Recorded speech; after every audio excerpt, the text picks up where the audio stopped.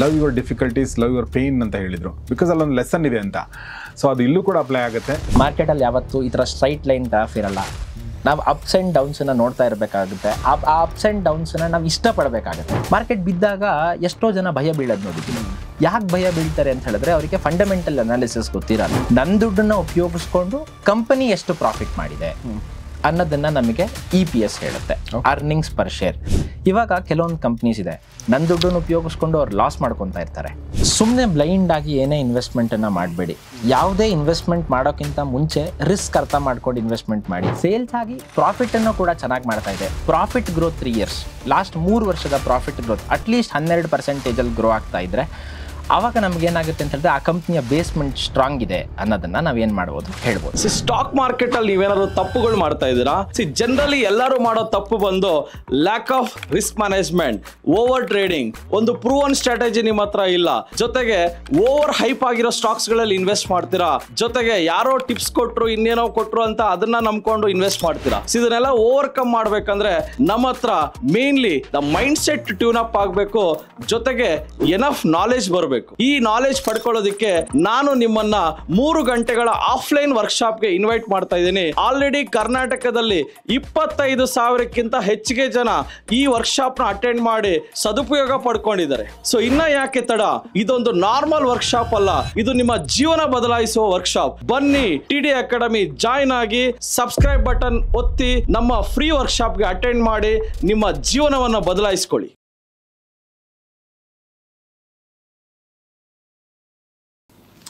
ಸ್ನೇಹಿತರೆ ನಮಸ್ಕಾರ. ಗೌರಿ ಶಕ್ಕಿ ಸ್ಟುಡಿಯೋದ ವಿಶೇಷ ಕಾರ್ಯಕ್ರಮ ಮಹಾಮನಿ, ನಿಮಗೆಲ್ಲ ಆತ್ಮೀಯ ಸ್ವಾಗತ. ನಾನು ಗೌರಿ ಶಕ್ಕಿ. ಮಹಾಮನಿ ಕಾರ್ಯಕ್ರಮದಲ್ಲಿ ಇವತ್ತು ನಮ್ಮೊಂದಿಗಿದ್ದಾರೆ TDಯ ದಾವಣಗೆರೆ ಬ್ರಾಂಚ್ನ ಮುಖ್ಯಸ್ಥರಾಗಿರುವಂಥ ಸುದತ್ ಅವರು. ಸುದತ್ ಅವರೇ, ವೆಲ್ಕಮ್. ನಮಸ್ಕಾರ. ನಮಸ್ತೆ. ಸೊ TD ಅಕಾಡೆಮಿ ನಿಮ್ಗೆ ಗೊತ್ತಿರುವ ಹಾಗೆ ಸ್ಟಾಕ್ ಮಾರ್ಕೆಟ್ ಟ್ರೈನಿಂಗ್ ಇನ್ಸ್ಟಿಟ್ಯೂಟ್, ಅದು ಬೆಂಗಳೂರಿನಲ್ಲಿ ಸುಮಾರು ಕಡೆ ಇದೆ. ಈಗ ಅವರು ಕರ್ನಾಟಕದಾದ್ಯಂತ ಪಸರಿಸ್ತಾ ಇದ್ದಾರೆ. ಈಗ ಹೊಸದಾಗಿ ದಾವಣಗೆರೆನಲ್ಲಿ ಶುರು ಮಾಡ್ತಾರೆ. ದಾವಣಗೆರೆ ಅಂದ್ರೆ ನಾವು ವಾಣಿಜ್ಯ ನಗರಿ ಅಂತ ಕೂಡ ಕರಿತೀವಿ ಅದನ್ನ, ಅಲ್ವಾ? ಸೊ ಅದು ಬೆಣ್ಣೆ ನಗರಿ, ಆಮೇಲೆ ಹತ್ತಿ ನಗರಿ ಅಂತ ಕೂಡ ಕರಿತಿದ್ರು. ಹತ್ತಿ ಮಾರ್ಕೆಟ್ ತುಂಬಾ ದೊಡ್ಡದಿತ್ತು ಅಲ್ಲಿ. ಮ್ಯಾಂಚೆಸ್ಟರ್ ಆಫ್ ಕರ್ನಾಟಕ ಅಂತ ಕರಿತಿದ್ರು. ಸೊ ಆ ಥರ ಎಲ್ಲ ಇತ್ತು. ಅಲ್ಲಿ ಈಗ TD ಅಕಾಡೆಮಿ ಶುರು ಆಗ್ತಾರೆ. ಸೊ ಯಾರೆಲ್ಲ ಆ ಕಡೆ ಭಾಗದವರಿದ್ರು ದಯವಿಟ್ಟು ಇವ್ರನ್ನ ಸಂಪರ್ಕಿಸಿ. ಎಲ್ಲಿ ಬರುತ್ತೆ ಸುದತ್ತ ಇದು? ಇವಾಗ ರಿಂಗ್ ರೋಡ್ ಹತ್ರ DC ಆಫೀಸ್ ಇದೆಯಲ್ಲ, ಆ ರೋಡಲ್ಲಿ ಆಫೀಸ್ ಮಾಡ್ತಾ ಇದೀವಿ ಸರ್. ಏಪ್ರಿಲ್ ಫಸ್ಟ್ ವೀಕಲ್ಲಿ ನಾವು ಲಾಂಚ್ ಮಾಡ್ತೀವಿ. ನೀವೇ ಅದ್ರ ಮುಖ್ಯಸ್ಥರು? ಹೌದು ಸರ್, ಹೌದು. ವೆರಿ ನೈಸ್, ಕಂಗ್ರಾಚುಲೇಷನ್ ನಿಮಗೆ. Thank you sir. All the best, ಒಳ್ಳೇದಾಗಲಿ. Thank you. ಸೊ ಅಷ್ಟು ಹೇಳ್ತಾ ಇವತ್ತಿನ ಟಾಪಿಕ್ ಬಗ್ಗೆ ನಾವು ಮಾತಾಡೋದಾದ್ರೆ, ಒಂದು ವಿಚಾರ ನಾನು ಸುದತ್ತ ಅವ್ರ ಹತ್ರ ಕೇಳಬೇಕು ಅನ್ಕೊಂಡೆ. ಪ್ರತಿಯೊಂದು ವಿಚಾರದ ಬಗ್ಗೆನೂ ಕೂಡ ಒಂದಷ್ಟು ನಾಲೆಜ್ ಇರುತ್ತೆ ಮತ್ತು ಒಂದಷ್ಟು ತಪ್ಪು ತಿಳುವಳಿಕೆಗಳಿರ್ತವೆ. ಜನ ಅದನ್ನು ಸರಿ ಅಂತ ಅನ್ಕೊಂಡ್ಬಿಟ್ಟಿರ್ತಾರೆ. ಆ ಥರ ನಾವು ಒಂದು ಕಂಪನಿಯ ಬಗ್ಗೆ ಅರ್ಥ ಮಾಡ್ಕೋಬೇಕು, ಒಂದು ಸ್ಟಾಕನ್ನು ನಾವು ಅದನ್ನು ಚೂಸ್ ಮಾಡಬೇಕಂದ್ರೆ ಮುಖ್ಯವಾಗಿ ಫಂಡಮೆಂಟಲ್ ಅನಾಲಿಸಿಸ್ ಮಾಡಿ ಮತ್ತು ಟೆಕ್ನಿಕಲ್ ಅನಾಲಿಸಿಸ್ ಮಾಡಿ ಅಂತ ಹೇಳ್ತಾರೆ. ಈ ಫಂಡಮೆಂಟಲ್ ಅನಾಲಿಸಿಸಲ್ಲಿ ಒಂದಷ್ಟು ಪ್ಯಾರಾಮೀಟರ್ಗಳಿದೆ. ಆ ಪ್ಯಾರಾಮೀಟರ್ಗಳೆಲ್ಲವೂ ತಪ್ಪು ಅಂತ ನಾನು ಹೇಳ್ತಾ ಇಲ್ಲ, ಇರೋವಂಥದ್ದು. ಯಾಕಂದರೆ ಅವ್ರು ಹೇಳ್ಬೇಕದನ್ನು. ಬಟ್ ಕೆಲವೊಂದು ಮಿತ್ಸ್ ಇದೆ. ಸೊ ಆ ಮಿತ್ಸ್ ಬ್ರೇಕ್ ಮಾಡಿ ನಿಜವಾಗ್ಲೂ ಏನು ನೋಡ್ಬೇಕು ಅನ್ನೋದನ್ನು ಇವತ್ತು ನಾವು ಅರ್ಥ ಮಾಡ್ಕೊಳ್ಳೋಣ ಅನ್ನೋ ದೃಷ್ಟಿಯಿಂದ ಇವತ್ತು ಮಾತಾಡ್ತಾ ಇದೀವಿ. ಏನು ಹೇಳಕ್ಕೆ ಇಷ್ಟಪಡ್ತೀರಿ? ಫಸ್ಟ್ ಆಫ್ ಆಲ್ ನಾನು ಆಕ್ಚುಲಿ ಫಂಡಮೆಂಟಲ್ ಅನಾಲಿಸಿಸ್ ನಾನು ಕಲಿಯಕ್ಕೆ ಸ್ಟಾರ್ಟ್ ಮಾಡಿದಾಗ ನಾನು ತುಂಬಾ ಬುಕ್ಸ್ ಓದ್ತಾ ಇದ್ದೆ. ಒಂದೊಂದು ಬುಕ್ಸಲ್ಲಿ ಒಂದೊಂದು ಥರ ಇರ್ತಾ ಇತ್ತು. ಯಾವ್ದ್ರಲ್ಲೂ ಏನು ಕರೆಕ್ಟ್ ಆಗಿರೋ ನನಗೆ ಪಿನ್ ಪಾಯಿಂಟ್ ಆನ್ಸರ್ ಸಿಗ್ತಾ ಇರಲಿಲ್ಲ. ನಾನು ಅದನ್ನ ಆನ್ಸರ್ ನಾನು ಯಾವತ್ತು ಮಾರ್ಕೆಟನ್ನು ನಾನು ಕಲ್ತಿದ್ದಂಗೆ ಎಲ್ಲದಕ್ಕೂ ಪ್ರಶ್ನೆ ಮಾಡಿ ನಾನು ಮಾರ್ಕೆಟನ್ನು ಕಲ್ತಿದ್ದು. ಯಾಕೆ ಹಿಂಗೆ ಇರಬೇಕು, ರೀಸನ್ ಏನು ಅನ್ನೋ ವಿಚಾರನ ಇಟ್ಕೊಂಡೆ ನಾನು ಕಲ್ತಿದ್ದು ಮಾರ್ಕೆಟ್ನ. ಸೊ ಆ ಟೈಮಲ್ಲಿ ನನಗೇನು ಅನಿಸ್ತು ಅಂತ ಹೇಳಿದ್ರೆ, ಇವಾಗ ಏನೇ ನೋಡ್ಬೇಕಾದ್ರು ಒಂದು ಬಿಸ್ನೆಸ್ ಅನ್ನ ನಾವು ಅನಾಲಿಸಿಸ್ ಮಾಡಬೇಕಾದ್ರೆ ಫಸ್ಟ್ ಪ್ಯಾರಾಮೀಟರ್ ನಾನು ಏನ್ ನೋಡ್ಬೇಕು ಅಂತ ನನಗೆ ತಲೆಗೊಳ್ದಾಗ ಫಸ್ಟ್ ನನಗೆ ಅನ್ಸಿದ್ದು 2 ತರ ಅನಾಲಿಸಿಸ್ ಬರುತ್ತೆ ಇದರಲ್ಲಿ. ಒಂದು ಫಂಡಮೆಂಟಲ್ ಅನಾಲಿಸಿಸ್, ಇನ್ನೊಂದು ಟೆಕ್ನಿಕಲ್ ಅನಾಲಿಸಿಸ್ ಅಂತ. ಫಂಡಮೆಂಟಲ್ ಅನಾಲಿಸಿಸ್ ಅನ್ನ ಯಾಕೆ ಮಾಡಬೇಕು ಅಂತ ಫಸ್ಟ್ ಪ್ರಶ್ನೆ ಹಾಕೊಂಡೆ. ಇದರಿಂದ ನನಗೆ ಏನ್ ಸಿಗುತ್ತೆ ಫಂಡಮೆಂಟಲ್ ಅನಾಲಿಸಿಸ್ ಅಲ್ಲಿ ಅಂತ ಹೇಳಿದ್ರೆ, whether the company is good or bad, ಅಂದ್ರೆ ಕಂಪನಿ ಸ್ಟ್ರಾಂಗ್ ಇದೆಯಾ ಇಲ್ವಾ, ಫೌಂಡೇಶನ್ ಚೆನ್ನಾಗಿದೆಯಾ ಇಲ್ವಾ. ಫೌಂಡೇಶನ್ ಚೆನ್ನಾಗಿದ್ರೆ ಮಾತ್ರ ನಾವೇನ್ ಮಾಡಬೇಕು, ಟೆಕ್ನಿಕಲ್ ಅನಾಲಿಸಿಸ್ ಮಾಡಬೇಕು. ಯಾಕಂದ್ರೆ ಟೆಕ್ನಿಕಲ್ ಅನಾಲಿಸಿಸ್ ಇವಾಗ ಯಾವುದೇ ಕಂಪ್ನಿಗೆ ಹೋದ್ರು ನಮಗೆ ಏನಾಗುತ್ತೆ ಅಂದ್ರೆ ಒಂದು ಚಾರ್ಟ್ ಬಂದೇ ಬರುತ್ತೆ. ಆದ್ರೆ ಅದನ್ನ ಟೈಮಿಗೆ ವರ್ತ್ ಇದೆಯಾ ಇಲ್ವಾ ಅಂತ ನನಗೆ ಅರ್ಥ ಆಗ್ಬೇಕು ಅಂತ ಹೇಳಿದ್ರೆ ಫಸ್ಟ್ ನಾನು ಫಂಡಮೆಂಟಲ್ ಅನಾಲಿಸಿಸ್ ನ ಕರೆಕ್ಟ್ ಆಗಿ ಕಲ್ತ್ಕೊಂಡಿರ್ಬೇಕು. ಫಂಡಮೆಂಟಲ್ ಅನಾಲಿಸಿಸ್ ನ ಕರೆಕ್ಟ್ ಆಗಿ ಕಲ್ತ್ಕೊಂಡಾದ್ಮೇಲೆ ಅದನ್ನ ಯಾವ ಪ್ರೈಸ್ ಅಲ್ಲಿ ಇನ್ವೆಸ್ಟ್ಮೆಂಟ್ ಮಾಡಬೇಕು ಅಂತ ನಾನು ಟೆಕ್ನಿಕಲ್ ಅನಾಲಿಸಿಸ್ ಮೂಲಕ ಇನ್ವೆಸ್ಟ್ಮೆಂಟ್ ಮಾಡಿದ್ರೆ ನಾನು majority of the times win ಆಗೋ ಚಾನ್ಸಸ್ ಜಾಸ್ತಿ ಇರುತ್ತೆ ಅಂತ ಹೇಳಕ್ಕೆ ಇಷ್ಟಪಡ್ತೀನಿ ಸರ್. Very nice. ಸೊ ಈಗ ಫಂಡಮೆಂಟಲ್ ಅನಾಲಿಸಿಸ್ ಬಗ್ಗೆನೇ ಮಾತಾಡೋಣ ಈ ಎಪಿಸೋಡ್ ಅಲ್ಲಿ. ಹೊಸ ದೃಷ್ಟಿಕೋನದಿಂದ ನೋಡುವಂತ ಪ್ರಯತ್ನ ಮಾಡ್ತಾ ಇದೀವಿ. ಸೊ ಅದರಲ್ಲಿ ಏನು ಫಸ್ಟ್ ನೋಡ್ಬೇಕಾಗಿರೋದು ಹಂಗಾದ್ರೆ?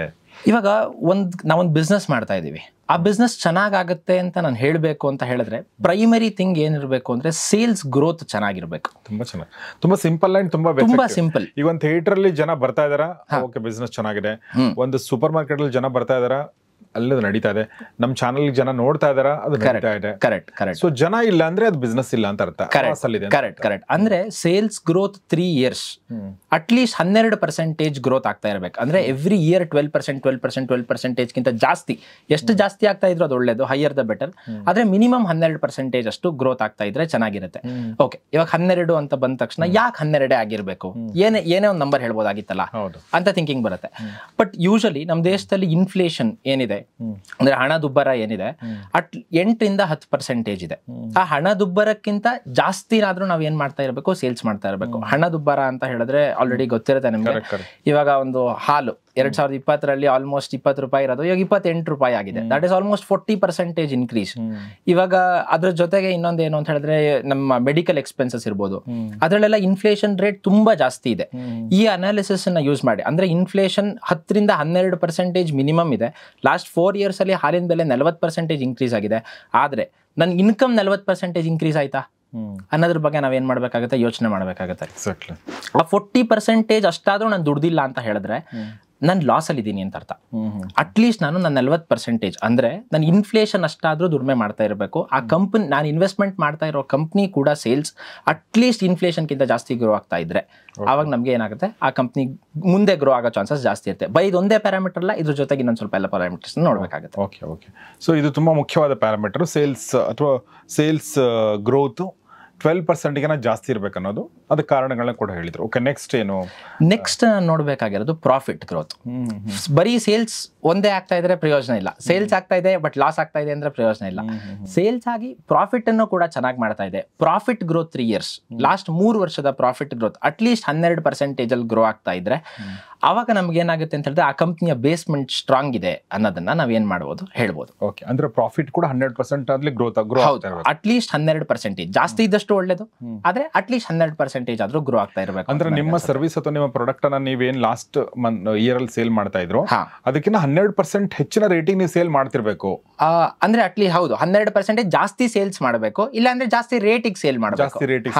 ಅದ್ ಎನಿಥಿಂಗ್ ಇಸ್ ಫೈನ್. ಜಾಸ್ತಿ ಸೇಲ್ ಮಾಡಬೇಕು, ಇಲ್ಲ ಜಾಸ್ತಿ ರೇಟಿಗೆ ಸೇಲ್ ಮಾಡಬೇಕು. ತುಂಬಾ ಕರೆಕ್ಟ್ ಆಗಿದೆ. ಓಕೆ. ಇಲ್ಲ ಅಂದ್ರೆ ತುಂಬಾ ಸೇಲ್ಸ್ ಏನೋ ಆಗ್ತಾ ಇದೆ ಬಟ್ ಮಾರ್ಜಿನೇ ಕಡಿಮೆ ಇದೆ ಅಂದ್ರೆ ನಿಮ್ ಕಂಪನಿ ಸೇಲ್ಸ್ ತುಂಬಾ 50% ಇದೆ ಬಟ್ ಅದ್ರ ಲಾಭ ಇಲ್ಲ. ಕರೆಕ್ಟ್. ಪ್ರಯೋಜನ ಇಲ್ಲ. ಹೌದು. ಅಂದ್ರೆ ನಾನ್ ಇನ್ವೆಸ್ಟ್ಮೆಂಟ್ ಮಾಡ್ತಾ ಇರ್ಬೇಕಾದ್ರೆ ಆ ಕಂಪ್ನಿ ಲಾಭ ಮಾಡ್ತಾ ಇರ್ಬೇಕಲ್ಲ. ಇವಾಗ ಕಂಪ್ನಿನೇ ಲಾಭ ಮಾಡಿಲ್ಲ ಅಂತ ಹೇಳಿದ್ರೆ ನನ್ ದುಡ್ಡು ನಾನು ಆ ಕಂಪ್ನಿ ಮೇಲೆ ಹಾಕಿ ಆ ಕಂಪ್ನಿ ಬೆಳೆದು ನಾನು ಯಾವಾಗ ದುಡ್ಡು ಮಾಡೋದು? ಕರೆಕ್ಟ್ ಅಲ್ವಾ? ಬಟ್ ಈ ಮುಂದಿನ ವಿಚಾರಗಳಿಗೆ ಹೋಗಿನ ಮುಂಚೆ ಇದನ್ನ ಹೇಗೆ ನೋಡೋದು? ಇವಾಗ ಇದಕ್ಕೆ ನಾವು ನೋಡ್ಬೇಕಾದ್ರೆ ಸ್ಕ್ರೀನರ್ ಅಂತ ಒಂದು ವೆಬ್ಸೈಟ್ ಇದೆ. ಸ್ಕ್ರೀನರ್ ವೆಬ್ಸೈಟ್ ಹೋಗಿ ಸ್ಕ್ರೀನ್ಸ್ ಅಂತ ಒಂದು ಕಾಣುತ್ತೆ. ಸ್ಕ್ರೀನರ್ ಅಂತ ವೆಬ್ಸೈಟ್, screener.in. ಅಲ್ಲೋಗಿ ನಾವೇನ್ ಮಾಡ್ಬೇಕು, ಲಾಗಿನ್ ಆಗ್ಬೇಕು. ಸ್ಕ್ರೀನ್ಸ್ ಅಂತ ಕಾಣುತ್ತೆ. ಆ ಸ್ಕ್ರೀನ್ಸ್ ಅಂತ ಕಾಣೋದ್ರ ಮೇಲೆ ನಾವೇನ್ ಮಾಡ್ಬೇಕು, ಕ್ಲಿಕ್ ಮಾಡ್ಬೇಕು. ರೈಟ್ ಸೈಡ್ ಅಲ್ಲಿ ಏನ್ ಕಾಣಿಸ್ತಾ ಇದೆ ಅಂತ ಹೇಳಿದ್ರೆ ಬ್ರೌಸ್ ಸೆಕ್ಟರ್ಸ್ ಅಂತ ಕಾಣಿಸ್ತಾ ಇದೆ. ಇವಾಗ ಇಲ್ಲಿ ಫಾರ್ ಎಕ್ಸಾಂಪಲ್ ನಾವೇನ್ ಮಾಡೋಣ ಅಂದ್ರೆ FMCG ಸೆಕ್ಟರ್ ನ ಚೂಸ್ ಮಾಡೋಣ. FMCG ಅಂತ ಹೇಳಿದ್ರೆ ಏನು, ಫಾಸ್ಟ್ ಮೂವಿಂಗ್ ಕನ್ಸ್ಯೂಮರ್ ಗುಡ್ಸ್. ಇವಾಗ ದಿನನಿತ್ಯ ಉಪಯೋಗಿಸ್ತೀವಲ್ಲ, ಆ ರಿಲೇಟೆಡ್ ಕಂಪ್ನೀಸ್ ಅನ್ನ ನಾನು ಏನ್ ಮಾಡಿದ್ದೀನಿ, ಇವಾಗ ಇದರಲ್ಲಿ ಸೆಲೆಕ್ಟ್ ಮಾಡಿದ್ದೀನಿ. ಇದಾದ್ಮೇಲೆ ನಾನು ಏನ್ ಮಾಡ್ತೀನಿ ಅಂತ ಹೇಳಿದ್ರೆ ಓವರ್ ಆಲ್ ಇದನ್ನೆಲ್ಲಾ ಡೇಟಾ ಹೇಳಿದ್ಮೇಲೆ ಯಾವ ತರ ಅನಾಲಿಸಿಸ್ ಮಾಡಬೇಕು, ಏನ್ ಕತೆ ಅನ್ನೋದ್ರ ಬಗ್ಗೆ ಡೀಟೇಲ್ ಆಗಿ ಒಂದು ಎಕ್ಸ್ಪ್ಲನೇಷನ್ ಕೊಡೋಣ. ಓಕೆ. ಸೊ ಈ ಎರಡು ಪ್ಯಾರಾಮೀಟರ್ಗಳು ನೋಡಕ್ಕೆ ಏನ್ ಮಾಡ್ಬೇಕು ಅನ್ನೋದ್ರ ಬಗ್ಗೆ ಹೇಳಿದ್ರು. ಒಂದು ಸೇಲ್ಸ್, ಇನ್ನೊಂದು ಪ್ರಾಫಿಟ್. ಹೌದು. ಸೊ ಇದ್ರ ಜೊತೆಗೆ ಇನ್ನು ಮುಂದೆ ನೋಡೋದಾದ್ರೆ ಬರೀ ಇವೆರಡೇ ಸಾಕಾಗಲ್ಲ ಅನ್ಸುತ್ತೆ ಫಂಡಮೆಂಟಲ್ ಅನಾಲಿಸಿಸ್. ಹೌದು. ಸೊ ನೆಕ್ಸ್ಟ್ ಏನ್ ನೋಡ್ಬೇಕಾಗುತ್ತೆ? ನೆಕ್ಸ್ಟ್ ನಾವೇನ್ ನೋಡ್ಬೇಕು ಅಂತ ಹೇಳಿದ್ರೆ ಮಾರ್ಕೆಟ್ ಕ್ಯಾಪಿಟಲೈಸೇಷನ್ ಅಂತ ಬರುತ್ತೆ. ಮಾರ್ಕೆಟ್ ಕ್ಯಾಪಿಟಲೈಸೇಷನ್ ಅಂತ ಹೇಳಿದ್ರೆ ಕಂಪನಿ ಎಷ್ಟು ದೊಡ್ಡಕ್ಕಿದೆ, basically it gives you value of the company. ಅಂದ್ರೆ ಇವಾಗ ರಿಲಯನ್ಸ್ ನ ಮಾರ್ಕೆಟ್ ಕ್ಯಾಪಿಟಲ್ ಒಂದು 16 ಲಕ್ಷ ಕೋಟಿ ಇದೆ ಅಂತ ಅನ್ಕೊಳ್ಳೋಣ. 16 ಲಕ್ಷ ಕೋಟಿ ಅಂದ್ರೆ ಆ ಕಂಪನಿಯ ವ್ಯಾಲ್ಯೂ ಎಷ್ಟಿದೆ ಅಂದ್ರೆ 16 ಲಕ್ಷ ಕೋಟಿ ಇದೆ. ಇನ್ನೊಬ್ರು ಯಾರಾದ್ರೂ ಆ ಕಂಪ್ನಿನ ತಗೊಬೇಕು ಅಂತ ಹೇಳಿದ್ರೆ ಅದ್ರ ಮೇಲೆ ₹1 ಕೊಟ್ಟು ತಗೊಬೇಕು, ಅಕಸ್ಮಾತ್ ಏನಾದ್ರೂ ಅಂಬಾನಿ ಮಾರಿದ್ರೆ. ಅಂದ್ರೆ ಇದು ಲೇಮನ್ ಟರ್ಮ್ಸ್ ಅಲ್ಲಿ ನಾನು ಎಕ್ಸ್ಪ್ಲೈನ್ ಮಾಡಿದ್ದು. ಬೇಸಿಕಲಿ ಇದೇನ್ ಕೊಡುತ್ತೆ ಅಂದ್ರೆ ವ್ಯಾಲ್ಯೂ ಆಫ್ ದ ಕಂಪ್ನಿನ ಕೊಡುತ್ತೆ ಅನ್ನೋದನ್ನ ಹೇಳ್ಬೋದು. ಇದರಲ್ಲಿ ಏನಾಗುತ್ತೆ ಅಂದ್ರೆ 4 ತರ ಬರುತ್ತೆ. ಒಂದು large cap, mid cap, small cap ಮತ್ತೆ ಮೈಕ್ರೋ ಕ್ಯಾಪ್ ಅಂತ. ಜನ ಏನ್ ಮಾಡ್ತಾರೆ ಅಂತ ಹೇಳಿದ್ರೆ ಸಣ್ಣ ಬೆಲೆ ಇರೋಂಥ ಮೈಕ್ರೋ ಕ್ಯಾಪ್ಸ್, ಲಾರ್ಜ್ ಕ್ಯಾಪ್ಸ್ ಅಂದ್ರೆ 50,000 ಕೋಟಿಗಿಂತ ಜಾಸ್ತಿ ಇರೋ ಕಂಪ್ನೀಸ್ನ ನಾವು, ಅಂದ್ರೆ ಅಷ್ಟು ಮಾರ್ಕೆಟ್ ಕ್ಯಾಪ್ ಇರೋ ಕಂಪ್ನೀಸ್ನ ನಾವೇನಂತ ಕರಿತೀವಿ ಅಂದ್ರೆ ಲಾರ್ಜ್ ಕ್ಯಾಪ್ ಕಂಪ್ನೀಸ್ ಅಂತ ಕರಿತೀವಿ. 10ರಿಂದ 50 ಕಂಪ್ನಿನ ನಾವೇನಂತ ಕರಿತೀವಿ ಅಂದ್ರೆ ಮಿಡ್ ಕ್ಯಾಪ್ ಅಂತ ಕರಿತೀವಿ. ಅದಾದ್ಮೇಲೆ 10,000ಕ್ಕಿಂತ ಕೆಳಗಡೆ ಇದ್ರೆ ಸ್ಮಾಲ್ ಕ್ಯಾಪ್, 2,000 ಕೋಟಿಗಿಂತ ಕಡಿಮೆ ಇದ್ರೆ ನಾವೇನಂತ ಕರಿತೀವಿ ಅಂದ್ರೆ ಮೈಕ್ರೋ ಕ್ಯಾಪ್ ಅಂತ ಕರಿತೀವಿ. 2,000 ಕೋಟಿ ನಮಗೆ ಬಹಳ ದೊಡ್ಡ ಅಮೌಂಟ್ ಆಗಿರ್ಬೋದು. ಅದೇ ಯೋಚನೆ ಮಾಡ್ತಾ ಇದ್ದೆ ನಾನು. ಆದ್ರೆ ನಮ್ಮಂತ ಕಂಪನಿಗಳಿಗೆ ಕ್ಯಾಪೇ ಇಲ್ವಲ್ಲ ಅಂತ. ಕರೆಕ್ಟ್. ಆದ್ರೆ 2,000 ಕೋಟಿ ನಮಗ್ ಬಹಳ ದೊಡ್ಡ ಅಮೌಂಟ್, ಬಟ್ ಮಾರ್ಕೆಟ್ಗೆ ಅದು ವೆರಿ ಸ್ಮಾಲ್ ಅಮೌಂಟ್. 2,000 ಕೋಟಿ ಅಂದ್ರೆ ಅದು ಪೆನ್ನಿ ಸ್ಟಾಕ್ಸ್ ರಿಲೇಟೆಡ್ ಬಂದ್ಬಿಡುತ್ತೆ. ಅದರಲ್ಲಿ ರಿಸ್ಕ್ ತುಂಬಾ ಜಾಸ್ತಿ ಇರುತ್ತೆ. ಇವಾಗ ಇದಕ್ಕೆ ಒಂದು ಎಕ್ಸಾಂಪಲ್ ಕೊಡ್ಬೇಕು ಅಂದ್ರೆ ಬೇಸಿಕಲಿ ಲಾರ್ಜ್ ಕ್ಯಾಪ್ ಅಂತ ಹೇಳಿದ್ರೆ, ನೀವು ಕ್ರಿಕೆಟ್ ನೋಡ್ತಾ ಇದ್ರೆ ನಿಮಗೆ ಗೊತ್ತಿರುತ್ತೆ, ನೀವು ವಿರಾಟ್ ಕೊಹ್ಲಿ ಮೇಲೆ ಬೆಟ್ಟಿಂಗ್ ಮಾಡ್ದಂಗೆ. ದಟ್ ಡಸಂಟ್ ಮೀನ್ ಅವ್ರು ಫೇಲ್ ಆಗಲ್ಲ ಅಂತಲ್ಲ, ಆದ್ರೆ ನಿಮಗೆ ಕನ್ಸಿಸ್ಟೆಂಟ್ ಆಗಿ ರಿಟರ್ನ್ಸ್ ಕೊಡ್ತಾರೆ ಅಂತ. ಇವಾಗ ಲಾಸ್ಟ್ BGT ಆಯ್ತು, ಆದ್ರೆ ವಿರಾಟ್ ಕೊಹ್ಲಿ ಫೇಲ್ ಆದ್ರು. ಇವಾಗ ಮೊನ್ನೆ ಪಾಕಿಸ್ತಾನ ಮೇಲೆ ಮ್ಯಾಚ್ ಆಯ್ತು, ನಿಮಗೆ ಕನ್ಸಿಸ್ಟೆನ್ಸಿ ಸಿಗುತ್ತೆ. ಓವರ್ ಆಲ್ ಲಾರ್ಜ್ ಕ್ಯಾಪ್ ಅಲ್ಲಿ ಇನ್ವೆಸ್ಟ್ಮೆಂಟ್ ಮಾಡಿದ್ರೆ ನಿಮಗೆ ರಿಟರ್ನ್ಸ್ ಬರುತ್ತೆ. ಇವಾಗ ಅದೇ ಮಿಡ್ ಕ್ಯಾಪ್ ಅಲ್ಲಿ ಇನ್ವೆಸ್ಟ್ಮೆಂಟ್ ಮಾಡ್ತೀವಿ ಅಂತ ಅನ್ಕೊಳ್ಳೋಣ, it is like betting on Rishabh Pant. Rishabh Pant ಮೇಲೆ ಇವಾಗ ಅಂದ್ರೆ ಆಡ್ತಾರೆ, ಚೆನ್ನಾಗಿ ಪ್ರೂವ್ ಮಾಡಿದ್ದಾರೆ, already proven company, test matches ಎಲ್ಲ ತುಂಬಾ ಗೆಲ್ಸಿದ್ದಾರೆ. ಅವ್ರ ಮೇಲೆ ನಾವೇನ್ ಮಾಡ್ತಾ ಇದೀವಿ, ಬೆಟ್ಟಿಂಗ್ ಮಾಡ್ತಾ ಇದೀವಿ. ಬಟ್ ಆದ್ರೆ ಕೆಲವೊಂದ್ಸಲ ಇಂಜುರಿ ಆಗ್ಬೋದು, ಪ್ರಾಬ್ಲಮ್ಸ್ ಆಗ್ಬೋದು ಅನ್ನೋದು ಮಿಡ್ ಕ್ಯಾಪ್ ಸೆಕ್ಟರ್ ಅಲ್ಲಿ ಬರುತ್ತೆ. ಅದಾದ್ಮೇಲೆ ಸ್ಮಾಲ್ ಕ್ಯಾಪಿಗೆ ಹೇಳಬೇಕು ಅಂತ ಹೇಳಿದ್ರೆ ಯಶಸ್ವಿ ಜೈಸ್ವಾಲ್, ಶುಭ್ಮನ್ ಗಿಲ್. ಅದಾದ್ಮೇಲೆ ಇವಾಗ ಶುಭ್ಮನ್ ಗಿಲ್ ಬರಲ್ಲ, ಅವ್ರು ಮಿಡ್ ಕ್ಯಾಪ್ಗೆ ಬರ್ತಾರೆ, ಆಲ್ರೆಡಿ ಪ್ರೂವನ್. ಯಶಸ್ವಿ ಜೈಸ್ವಾಲ್ ಆಲ್ಮೋಸ್ಟ್ ಇವಾಗ ಪ್ರೂವ್ ಮಾಡಿದ್ದಾರೆ, ಒಂದ್ಸಲ ಪ್ರೂವ್ ಮಾಡಿದ್ದಾರೆ, ಬಟ್ ಇನ್ನು ಎಕ್ಸ್ಟೆನ್ಷನ್ ಅಂದ್ರೆ ಫುಲ್ ದೊಡ್ಡದಾಗಿ ಇನ್ನೂ ಪ್ರೂವ್ ಮಾಡಿಲ್ಲ. ಆದ್ರೆ ಒಂದ್ ಕಾಲದಲ್ಲಿ ಪೃಥ್ವಿ ಶಾನು ಅಲ್ಲೇ ಇದ್ರು. ಏನ್ ಮಾಡ್ತಾ ಇದ್ರು ಅಂತ ಹೇಳಿದ್ರೆ ಅವರು ಸ್ಮಾಲ್ ಕ್ಯಾಪ್ ಅಲ್ಲೇ ಇದ್ರು, ಬಟ್ ಇವಾಗ ಫೀಲ್ಡ್ ಅಲ್ಲೇ ಇಲ್ಲ. ಅಂದ್ರೆ ರಿಸ್ಕ್ ಜಾಸ್ತಿ ಇರುತ್ತೆ, ಇಂಜುರೀಸ್ ಆಗೋ ಚಾನ್ಸಸ್ ಜಾಸ್ತಿ ಇರುತ್ತೆ ಸ್ಮಾಲ್ ಕ್ಯಾಪ್ಸ್ ಅಲ್ಲಿ. ಇನ್ನು ಮೈಕ್ರೋ ಕ್ಯಾಪ್ ಅಂತ ಹೇಳಿದ್ರೆ ಇನ್ನು ರಣಜಿ ಆಡ್ತಾ ಇರ್ತಾರೆ, ಇನ್ನು ಒಂದ್ಸತಿನೂ ಬೆಟ್ ಅಂದ್ರೆ ಅವ್ರು ಇನ್ನು ಒಂದ್ಸತಿನೂ ಪ್ರೂವ್ ಮಾಡಿಲ್ದೇ ಇರುವಂತ ಕಂಪ್ನೀಸ್, ಅವ್ರ ಮೇಲೆ ನಾವು ಬೆಟ್ ಮಾಡಬೇಕು ಅಂತ ಹೇಳಿದ್ರೆ ನಮ್ಗೆ ರಿಸ್ಕ್ ತುಂಬಾ ಅಂದ್ರೆ ತುಂಬಾ ಜಾಸ್ತಿ ಇರುತ್ತೆ. ಇವಾಗ ವಿರಾಟ್ ಕೊಹ್ಲಿ ಮೇಲೆ ಬೆಟ್ಟಿಂಗ್ ಮಾಡಕ್ಕೆ ನಮ್ಗೆ ರಿಸ್ಕ್ ಬಹಳ ಕಡಿಮೆ, ಅದಕ್ಕಿಂತ ರಿಸ್ಕ್ ಜಾಸ್ತಿ ಯಾರು, ಅವ್ರು ನೆಕ್ಸ್ಟ್ ಇವಾಗ ಯಶಸ್ವಿ ಜೈಸ್ವಾಲ್ ಇರ್ಬೋದು, ಶುಭ್ಮನ್ ಗಿಲ್ ಇರ್ಬೋದು, ಅವ್ರ ಮೇಲೆಲ್ಲ ಬೆಟ್ಟಿಂಗ್ ಮಾಡೋದು ಅದಕ್ಕಿಂತ ರಿಸ್ಕ್ ಜಾಸ್ತಿ. ಬಟ್ ಆದ್ರೆ ರಿಟರ್ನ್ಸ್ ಪರ್ಸ್ಪೆಕ್ಟಿವ್ ಅಲ್ಲಿ ನೋಡಿದ್ರೆ ರಿಟರ್ನ್ಸ್ ಕೂಡ ಜಾಸ್ತಿ ಇರುತ್ತೆ. So value of the company ಅಂತ ನೀವೇನ್ ಹೇಳಿದ್ರಿ, ಅದು ಇಟ್ ವಾಸ್ ಅಂದ್ರೆ ಆ ಕಂಪನಿ ವ್ಯಾಲ್ಯೂಯೇಷನ್ ಕೂಡ ನಾವು ಸ್ಕ್ರೀನರ್ ಅಲ್ಲೇ ನೋಡಬಹುದು. ಸ್ಕ್ರೀನರ್ ಅಲ್ಲೇ ಆ ವ್ಯಾಲ್ಯೂಯೇಷನ್ ಕೂಡ ನೀವು ನಿಮ್ಗೆಲ್ಲ ಸಿಗುತ್ತೆ. ಓವರ್ ಆಲ್ ಆಗಿ ಲಾಸ್ಟ್ ಅಲ್ಲಿ ಏನ್ ಮಾಡೋಣ ಅಂತ ಹೇಳಿದ್ರೆ ಒಂದು ಕಂಪನಿ ಅನಾಲಿಸಿಸ್ ಮಾಡೋದು ಹೆಂಗೆ ಅಂತ ಲೈವ್ ಆಗೇ ನೋಡ್ಬಿಡಿ. ಇದಾದ ನಂತರ ಏನ್ ಬರುತ್ತೆ ಸುದತ್ ಅವರೇ? ಮಾರ್ಕೆಟ್ ಕ್ಯಾಪಿಟಲೈಸೇಷನ್ ಆದ್ಮೇಲೆ ನಮಗೆ ಏನ್ ಬರುತ್ತೆ ಅಂತ ಹೇಳಿದ್ರೆ ಇವಾಗ ವ್ಯಾಲ್ಯೂಯೇಷನ್ ನೋಡ್ಬೇಕು. ಇಂಡಸ್ಟ್ರಿ PE ಮತ್ತೆ PE ಅಂತ ಬರುತ್ತೆ. ಅದಕ್ಕೆ ಹೋಗೋಕ್ಕಿಂತ ಮುಂಚೆ ನಾವೇನ್ ಅರ್ಥ ಮಾಡ್ಕೊಳ್ಳೋಣ ಅಂದ್ರೆ EPS ಅಂತ ಒಂದು ಟರ್ಮ್ ಬರುತ್ತೆ. EPS ಅಂತ ಹೇಳಿದ್ರೆ ಅರ್ನಿಂಗ್ಸ್ ಪರ್ ಶೇರ್. ಇವಾಗ ನಾನೇನ್ ಮಾಡಿದೀನಿ ಅಂತ ಹೇಳಿದ್ರೆ ರಿಲಯನ್ಸ್ ಕಂಪ್ನಿ ಮೇಲೆ ಇನ್ವೆಸ್ಟ್ಮೆಂಟ್ ಮಾಡಿದೀನಿ ಅಂತ ಅನ್ಕೊಳ್ಳೋಣ. ಇವಾಗ ನನ್ನ ದುಡ್ಡನ್ನ ಉಪಯೋಗಿಸ್ಕೊಂಡು ಕಂಪ್ನಿ ಏನ್ ಮಾಡ್ತಾ ಇರ್ತಾರೆ ಅಂತ ಹೇಳಿದ್ರೆ ಬೆಳೀತಾ ಇರ್ತಾರೆ, ಕರೆಕ್ಟ್ ಅಲ್ವಾ? ನನ್ನ ದುಡ್ಡನ್ನ ಉಪಯೋಗಿಸ್ಕೊಂಡು ಕಂಪನಿ ಎಷ್ಟು ಪ್ರಾಫಿಟ್ ಮಾಡಿದೆ ಅನ್ನೋದನ್ನ ನಮಗೆ EPS ಹೇಳುತ್ತೆ, ಅರ್ನಿಂಗ್ಸ್ ಪರ್ ಶೇರ್. ಇವಾಗ ಕೆಲವೊಂದು ಕಂಪ್ನೀಸ್ ಇದೆ, ನನ್ನ ದುಡ್ಡನ್ನು ಉಪಯೋಗಿಸ್ಕೊಂಡು ಅವ್ರು ಲಾಸ್ ಮಾಡ್ಕೊತಾ ಇರ್ತಾರೆ. ಆ ತರ ಕಂಪ್ನಿ ಲಾಸ್ ಮಾಡ್ಕೊತಾ ಇರೋ ಕಂಪ್ನೀಸ್ಗೆ ನಾನು ಹೋಗಿ ಇನ್ವೆಸ್ಟ್ಮೆಂಟ್ ಮಾಡಿದ್ರೆ ನನಗೇನಾಗುತ್ತೆ ಅಂತ ಹೇಳಿದ್ರೆ ನಾನು ರಿಟರ್ನ್ಸ್ ಪಡೆಯೋಕ್ಕೆ ನನಗೆ ಲೇಟ್ ಆಗುತ್ತೆ, ಅಥವಾ ನನಗೆ ಅವ್ರು ಲಾಭ ಮಾಡಬೇಕು, ಅದಾದ್ಮೇಲೆ ಅವ್ರು ನನಗೆ ಲಾಭ ಕೊಡಬೇಕು.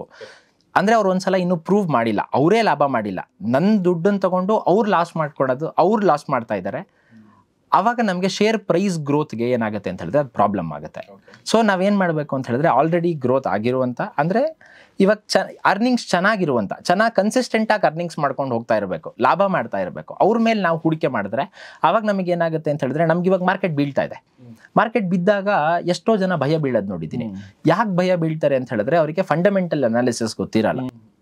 ಇವಾಗ ನನ್ನ ಕಂಪ್ನಿ ಇವಾಗ ಶಾರ್ಟ್ ಟರ್ಮ್ ಅಲ್ಲಿ ಬೀಳ್ಬೋದು ಮಾರ್ಕೆಟ್, ಆದ್ರೆ ಅರ್ನಿಂಗ್ಸ್ ಚೆನ್ನಾಗಿದೆ, ಪ್ರಾಫಿಟ್ ಚೆನ್ನಾಗಿದೆ, ಸೇಲ್ಸ್ ಚೆನ್ನಾಗಿದೆ, ಓವರ್ ಆಲ್ ಮಾರ್ಕೆಟ್ ಕ್ಯಾಪ್ ಚೆನ್ನಾಗಿದೆ ಅಂತ ಹೇಳ್ತಾ ಇರಬೇಕಾದ್ರೆ ಅವಾಗ ಏನಾಗುತ್ತೆ ಅಂತ ಹೇಳಿದ್ರೆ ಲಾಂಗ್ ಟರ್ಮ್ ಅಲ್ಲಿ ಮೇಲ್ಗಡೆ ಹೋಗ್ಲೇಬೇಕು. Okay, that's very interesting. So ಈಗ ನಾವು ಮಾರ್ಕೆಟ್ ಬಿದ್ದಾಗ ಎಲ್ಲ ಕ್ಯಾಂಡಲ್ ಸ್ಟಿಕ್ಗಳು ರೆಡ್ ಕಂಡ್ರು ಕೂಡ ಕಂಪನಿ ಲಾಭ ಮಾಡ್ತಾ ಇರಬಹುದು.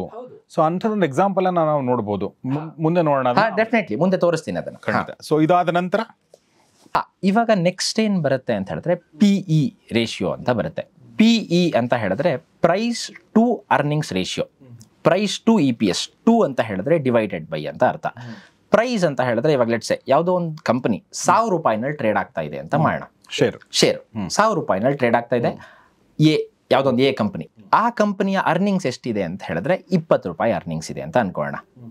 So P divided by E. 1000 divided by 20 ಅಂದರೆ ಏನು ಬರುತ್ತೆ? ಆಲ್ಮೋಸ್ಟ್ 50. 1000 ಡಿವೈಡೆಡ್ ಬೈ 20 ಅಂತ ಹೇಳಿದ್ರೆ 50 ಬರುತ್ತೆ. ಸೊ ಇದು price to earnings of A. ಇವಾಗ ಅದೇ ಥರ ಯಾವುದೋ ಒಂದು ಕಂಪ್ನಿ, ನೆಕ್ಸ್ಟ್ ಬಿ ಅನ್ನೋ ಕಂಪ್ನಿ, ಅದರ ಶೇರ್ ಪ್ರೈಸ್ ಕೂಡ 1000 rupees ಅಲ್ಲೇ ಇದೆ, ಆದರೆ ಅದರ ಅರ್ನಿಂಗ್ಸ್ 30 ರೂಪಾಯಿ ಇದೆ. 1000 ಡಿವೈಡೆಡ್ ಬೈ 30 ಅಂತ ಬರುತ್ತೆ. ಸೊ EPS ಏನು ಅಂದರೆ PE ರೇಷಿಯೋ ಏನಾಯಿತು ಅಂತ ಹೇಳಿದ್ರೆ 33.33 ಅಂತ ಆಯಿತು. ಓವರ್ ಆಲ್ ಇದರಿಂದ ನಮಗೆ ಏನು ಗೊತ್ತಾಗುತ್ತೆ ಅಂತ ಹೇಳಿದ್ರೆ whether the company is undervalued or overvalued ಅಂತ ಗೊತ್ತಾಗುತ್ತೆ. ಆದರೆ ಇದರಲ್ಲಿ ಮೇಯ್ನ್ ಆಗಿ ನಿಮಗೆ ಏನು ಅನ್ಸುತ್ತೆ ಸರ್? ಅಂಡರ್ ವ್ಯಾಲ್ಯೂ ಇರೋ ಕಂಪ್ನಿಗೆ ಇನ್ವೆಸ್ಟ್ಮೆಂಟ್ ಮಾಡಬೇಕು ಅಂತ ಅನ್ಸುತ್ತಾ, ಅಥವಾ ಓವರ್ ವ್ಯಾಲ್ಯೂ ಇರೋ ಕಂಪ್ನಿಗೆ ಇನ್ವೆಸ್ಟ್ಮೆಂಟ್ ಮಾಡಬೇಕು ಅಂತ ಅನ್ಸುತ್ತಾ? ಎರಡೂ ಮಾಡಬಾರ್ದು ಅನ್ಸುತ್ತೆ ನನಗೆ.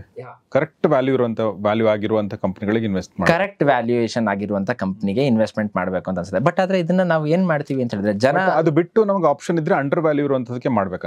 ಅಂಡರ್ ವ್ಯಾಲ್ಯೂ ಇರುವಂತದಕ್ಕೆ ಇದು ಆಕ್ಚುಲಿ ಮಿತ್ ಸರ್.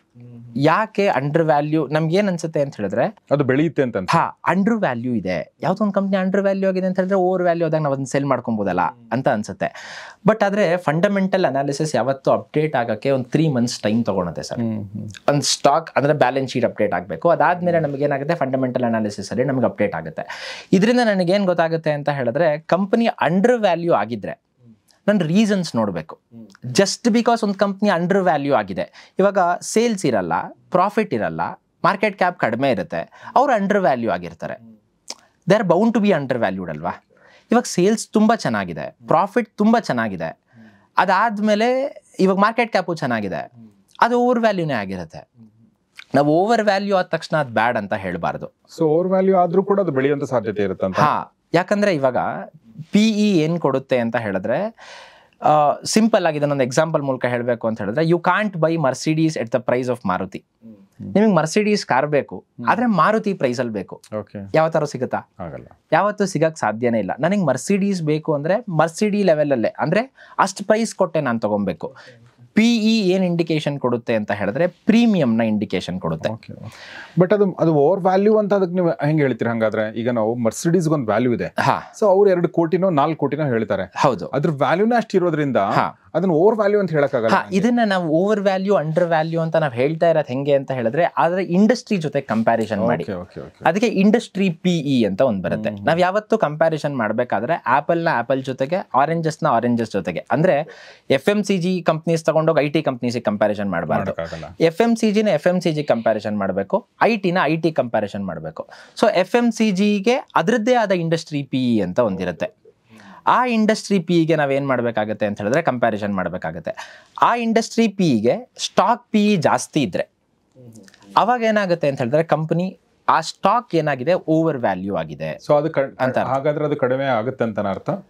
ಓವರ್ ವ್ಯಾಲ್ಯೂ ಆದ ತಕ್ಷಣ ಕಡಿಮೆ ಆಗುತ್ತೆ ಅಂತ ಏನಿಲ್ಲ. ಓವರ್ ವ್ಯಾಲ್ಯೂ ಆಗಿದ್ರು ಯಾಕೆ ಆಗಿದೆ ಅನ್ನೋದನ್ನ ನಾವು ನೋಡಬೇಕು. ಜಸ್ಟ್ ಬಿಕಾಸ್ ಓವರ್ ವ್ಯಾಲ್ಯೂ ಆಗಿದೆ ನಾನು ಹೋಗಿ ಇನ್ವೆಸ್ಟ್ಮೆಂಟ್ ಮಾಡ್ತೀನಿ, ಅದು ತಪ್ಪು. ಓಕೆ, ಮರ್ಸಿಡೀಸ್ ಇದು ಹೋಗಿ ಇನ್ವೆಸ್ಟ್ಮೆಂಟ್ ಮಾಡಿಬಿಡ್ತೀನಿ, ಅದು ತಪ್ಪೆ. ಆದರೆ ನಾವೇನು ಅರ್ಥ ಮಾಡ್ಕೊಬೇಕು ಇದರಲ್ಲಿ ಅಂತ ಹೇಳಿದ್ರೆ ಅಂಡರ್ ವ್ಯಾಲ್ಯೂ ಆಗಿದ್ರೆ ಯಾಕಾಗಿದೆ, ಓವರ್ ವ್ಯಾಲ್ಯೂ ಆಗಿದ್ರೆ ಯಾಕಾಗಿದೆ. ಅದು ನನಗೆ ಎಲ್ಲಿ ಸಿಗುತ್ತೆ? ಸೇಲ್ಸ್ ಚೆನ್ನಾಗಿದೆಯಾ, ಪ್ರಾಫಿಟ್ ಚೆನ್ನಾಗಿದೆಯಾ? ಸೇಲ್ಸು ಚೆನ್ನಾಗಿದೆ, ಪ್ರಾಫಿಟ್ ಚೆನ್ನಾಗಿದೆ, ಆ ಕಂಪ್ನೀಸ್ ಯೂಶಲಿ ಓವರ್ ವ್ಯಾಲ್ಯೂಡೇ ಆಗಿರುತ್ತೆ. ಕಾರಣ ಏನು ಓವರ್ ವ್ಯಾಲ್ಯೂ ಆಗಿರೋದಕ್ಕೆ ಅಂತ ಹೇಳಿದ್ರೆ ನನ್ನ ಕಂಪ್ನಿ ನನ್ನ ಸ್ಟ್ಯಾಂಡರ್ಡ್ ಇದು ಅಂತ ಕಂಪ್ನಿ ಹೇಳ್ತಾರೆ. ಈಗ ನಾವು ಲ್ಯಾಪ್ಟಾಪ್ ಅಂದ್ರೆ ಮ್ಯಾಕ್ ಜಾಸ್ತಿನೇ ಇರುತ್ತೆ. ನೀವು ಆಪಲ್ ತಗೋತಿದ್ರ ಅಂದ್ರೆ ಹಣ್ಣುಗಳಲ್ಲಿ ಆಪಲ್ ತಗೋದ್ರೆ ನಿಮ್ ಬಹುಶಃ ಹಿಮಾಚಲ್ದು ಕಾಶ್ಮೀರ ಆಪಲ್ಗಳು ಜಾಸ್ತಿ ಇರಬಹುದು, ನನ್ಗೆ ಗೊತ್ತಿಲ್ಲ. ಸೊ ಆ ತರ ಕೆಲವೊಂದು ಹಣ್ಣುಗಳು ಜಾಸ್ತಿ ಇರುತ್ತೆ. ಮಾವಿನ ಹಣ್ಣೆ ಇರುತ್ತೆ, ಎಲ್ಲ ಮಾವಿನ ಹಣ್ಣು, ಬಟ್ ಎಲ್ಲ ಮಾವಿನ ಹಣ್ಣಿನ ರೇಟ್ ಒಂದೇ ಇರಲ್ಲ. ಸೊ ಹಂಗೆ ದ್ರಾಕ್ಷಿ, ಮೊನ್ನೆ ನಾನು ನೋಡಿದೆ, ಒಂದು ದ್ರಾಕ್ಷಿ 8 ಲಕ್ಷ ರೂಪಾಯಿ ಕೆಜಿ ಅಂತೆ ಕೊಪ್ಪಳದಲ್ಲಿ ಮಾರಾಟಕ್ಕೆ ಇಟ್ಟಿದ್ರು. ಸೊ ಅದು ಪ್ರೀಮಿಯಂ ಅಲ್ಲ, ಇನ್ನೂ ಬೇರೆ ಲೆವೆಲ್ ಅಂತ. ಸೊ ಹಾಗೆ ಮಾರ್ಕೆಟ್ ಅಲ್ಲಿ ಎಲ್ಲ ಒಂದೇ ಪ್ರಾಡಕ್ಟ್ ಅಂದ್ರೂ ಕೂಡ ಅದ್ರಲ್ಲಿ ಒಂದು ಯಾವ್ದೋ ಪ್ರೀಮಿಯಂ ಇರುತ್ತೆ, ಕೆಲವೊಂದು ಅದರಲ್ಲಿ ಅಂಡರ್ ವ್ಯಾಲ್ಯೂ ಆಗಿರುತ್ತೆ. ಬಟ್ ಐಡಿಯಲ್ ಸಿನಾರಿಯೋ ಏನು ಅಂತ ಹೇಳಿದ್ರೆ ಸೇಲ್ಸು ಚೆನ್ನಾಗಿದೆ, ಪ್ರಾಫಿಟು ತುಂಬಾ ಚೆನ್ನಾಗಿದೆ, ಅದಾದ್ಮೇಲೂ ಅಂಡರ್ ವ್ಯಾಲ್ಯೂ ಆಗಿದೆ. ಅದು ಐಡಿಯಲ್ ಸಿನಾರಿಯೋ. ಬಟ್ ಎಲ್ಲಾ ಸಲನೂ ಆ ಥರ ಸಿನಾರಿಯೋ ಸಿಕ್ಕಲ್ಲ. ಸೇಲ್ಸ್ ಚೆನ್ನಾಗಿದೆ, ಪ್ರಾಫಿಟ್ ಚೆನ್ನಾಗಿದೆ, ಸ್ವಲ್ಪ PE ಏನು ಇಂಡಿಕೇಶನ್ ಕೊಡುತ್ತೆ ಅಂದ್ರೆ ಪ್ರೀಮಿಯಂ, ಸ್ವಲ್ಪ ಪ್ರೀಮಿಯಂ ಕೊಟ್ಟು ನಾನು ಬೈ ಮಾಡಿ ಅನ್ನೋದನ್ನ PE ಇಂಡಿಕೇಶನ್ ಕೊಡುತ್ತೆ. ಆ ಥರ ಇದ್ರೂ ನಾವು ಅದನ್ನ ಏನು ಮಾಡ್ಬೋದು ಅಂದ್ರೆ ಕನ್ಸಿಡರ್ ಮಾಡಬಹುದು, ಯಾವಾಗ ಬೇರೆ ಎಲ್ಲ ಪ್ಯಾರಾಮೀಟರ್ಸ್ ಚೆನ್ನಾಗಿದ್ದಾಗ. ಎಸ್. ಸೊ ಇದು ನಾವು ಈಗ ಮಾತಾಡಿರೋಂಥದ್ದು ಏನಂದ್ರೆ ಫಂಡಮೆಂಟಲ್ ಅನಾಲಿಸಿಸ್ ಹೇಗೆ ಮಾಡಬೇಕು ಮತ್ತು ಅದಕ್ಕೆ ಮುಖ್ಯವಾಗಿರುವಂಥ ಪ್ಯಾರಾಮೀಟರ್ಸ್ ಏನು ಮತ್ತು ಮುಖ್ಯವಾಗಿ ಮಿತ್ಸ್ಗಳೇನಿದೆ ಅದನ್ನ ತೊಡೆದು ಹಾಕುವಂಥ ಪ್ರಯತ್ನವನ್ನು ಮಾಡಿದ್ವಿ. ಈಗ ಒಂದು ಎಕ್ಸಾಂಪಲ್ ತೋರಿಸ್ಬೋದಾ ನೀವು ನಿಮ್ಮ ಸ್ಕ್ರೀನ್ ರೆಕಾರ್ಡ್ ಮಾಡಿಕೊಂಡು? ಸೊ ಒಂದು ಎಕ್ಸಾಂಪಲ್ನ ಲೈವ್ ಆಗಿ ನೋಡೋಣ. ಇವಾಗ ನಾನು ಏನು ಮಾಡಿದ್ದೀನಿ ಅಂತ ಹೇಳಿದ್ರೆ ಸ್ಕ್ರೀನರಿಗೆ ಬಂದಿದ್ದೀನಿ. ಸ್ಕ್ರೀನರಿಗೆ ಬಂದು ಇವಾಗ ಇಲ್ಲಿ ಮಾರ್ಕೆಟ್ ಕ್ಯಾಪ್ ಮತ್ತು sales growth 3 years, profit growth 3 years ಮತ್ತು ಇಂಡಸ್ಟ್ರಿ ಪಿ ಇ ಮತ್ತು ಪಿ ಇನ ನಾನು ಏನು ಮಾಡಿದ್ದೀನಿ ಅಂತ ಹೇಳಿದ್ರೆ ಇದರಲ್ಲಿ ಆ್ಯಡ್ ಮಾಡ್ಕೊಂಡಿದ್ದೀನಿ. ಇಲ್ಲಿ ಆ್ಯಡ್ ಮಾಡ್ಕೊಂಡಾಗ ನನಗೇನು ಕಾಣಿಸ್ತಾ ಇದೆ ಅಂತ ಹೇಳಿದ್ರೆ ಇಲ್ಲಿ ಹಿಂದೂಸ್ತಾನ್ ಯುನಿಲಿವರ್ ಅಂತ ಕಾಣಿಸ್ತಾ ಇದೆ, ನೆಸ್ಲೆ ಇಂಡಿಯಾ, ವರುಣ್ ಬೆವರೇಜಸ್. ಇದು ಯಾವ ಥರ ಡಿವೈಡ್ ಆಗಿದೆ ಅಂತ ಹೇಳಿದ್ರೆ ಹೈಯೆಸ್ಟ್ ಮಾರ್ಕೆಟ್ ಕ್ಯಾಪ್ ಹೆಂಗಿದೆ ಅದರ ಮೇಲೆ ಏನಾಗಿದೆ ಅಂತ ಹೇಳಿದ್ರೆ ಇಲ್ಲಿ ಡಿವೈಡ್ ಆಗಿದೆ. ನನಗೆ ಇವಾಗ ನಾನೇನು ಮಾಡ್ತೀನಿ ಅಂತ ಹೇಳಿದ್ರೆ ಲಾರ್ಜ್ ಕ್ಯಾಪ್ ಮತ್ತು ಮಿಡ್ ಕ್ಯಾಪ್ ಅನಾಲಿಸಿಸನ್ನು ನಾವು ಪ್ರೈಮರಿಲಿ ಮಾಡೋಣ. ಇವಾಗ ಫಸ್ಟು ಡಾಬರ್ ಇಂಡಿಯಾ ಮೇಲೆ ಕ್ಲಿಕ್ ಮಾಡ್ತೀನಿ. ಇವಾಗ ನಾವೇನು ಮಾಡಿದ್ವಿ ಅಂದರೆ ಸ್ಕ್ರೀನ್ಸ್ಗೆ ಹೋದ್ವಿ. ಸ್ಕ್ರೀನ್ಸಿಗೆ ಹೋಗಿ FMCG ಕಂಪ್ನೀಸ್ ಅಂತ ಸೆಲೆಕ್ಟ್ ಮಾಡಿ FMCG ಕಂಪ್ನಿನಲ್ಲಿ ನಮಗೆ ಆಲ್ಮೋಸ್ಟ್ 170 ಕಂಪ್ನೀಸ್ ಬರ್ತಾ ಇದೆ ಸರ್. ಈ ಎಲ್ಲ ಕಂಪ್ನೀಸನ್ನು ನಾವೇನು ಮಾಡಬೇಕಾಗುತ್ತೆ ಅಂದರೆ ಅನಾಲಿಸಿಸ್ ಮಾಡಬೇಕಾಗುತ್ತೆ. ಬಟ್ ಆದರೆ ಒಂದು ಶಾರ್ಟ್ಕಟ್ ಏನು ಅಂತ ಹೇಳಿದ್ರೆ ಈ 170ಗೆ 170ನೂ ಕೂತ್ಕೊಂಡು ಎಲ್ಲ ಅನಾಲಿಸಿಸ್ ಮಾಡೋಕ್ಕೆ ಭಾಳ ಅಂದರೆ ಭಾಳ ಕಷ್ಟ. ಆ ರೀಸನ್ಗೆ ಫಸ್ಟ್ ಏನು ಮಾಡೋಣ ಅಂತ ಹೇಳಿದ್ರೆ ಲಾರ್ಜ್ ಕ್ಯಾಪ್ ಮತ್ತು ಮಿಡ್ ಕ್ಯಾಪ್ ಮಾತ್ರ ಇನ್ವೆಸ್ಟ್ಮೆಂಟ್ ಬಗ್ಗೆ ಫಸ್ಟ್ ಫೋಕಸ್ ಮಾಡಿ, ಅದಾದಮೇಲೆ 1-2 years ನನಗೆ ಎಕ್ಸ್ಪೀರಿಯನ್ಸ್ ಆದಮೇಲೆ ಅದಾದಮೇಲೆ ನೀವೇನು ಮಾಡ್ಬೋದು ಅಂತ ಹೇಳಿದ್ರೆ ಸ್ಮಾಲ್ ಕ್ಯಾಪ್ಸನ್ನು ನೀವು ಪಿಕ್ ಮಾಡೋಕ್ಕೆ ಸ್ಟಾರ್ಟ್ ಮಾಡ್ಬೋದು. ಇವತ್ತು ನಾವೇನು ಅರ್ಥ ಮಾಡ್ಕೊಳ್ಳೋಣ ಅಂತ ಹೇಳಿದ್ರೆ ಫಸ್ಟ್ ಲಾರ್ಜ್ ಆ್ಯಂಡ್ ಮಿಡ್ನ ಯಾವ ಥರ ಸೆಲೆಕ್ಟ್ ಮಾಡೋದು. ಇವಾಗ ಇಲ್ಲಿ ಹಿಂದೂಸ್ತಾನ್ ಯುನಿಲಿವರ್ ನೋಡಿದ್ರೆ 5,11,132 ಕೋಟಿ ಇದೆ ಅವರ ಮಾರ್ಕೆಟ್ ಕ್ಯಾಪ್. ಸೊ ಲಾರ್ಜ್ ಕ್ಯಾಪಿಗೆ ಬರುತ್ತೆ. ಇದೇ ಥರ ಹಿಂಗೆ ಕೆಳಗಡೆ ಹೋಗ್ತಾ ಇದ್ದರೆ ಗೊತ್ತಾಗುತ್ತೆ. LT ಫುಡ್ಸ್ ನೋಡಿದ್ರೆ ಬರೀ 11,768 ಕೋಟಿ ಬರುತ್ತೆ. 11,768 ಕೋಟಿ ಅಂದರೆ it is still A mid cap.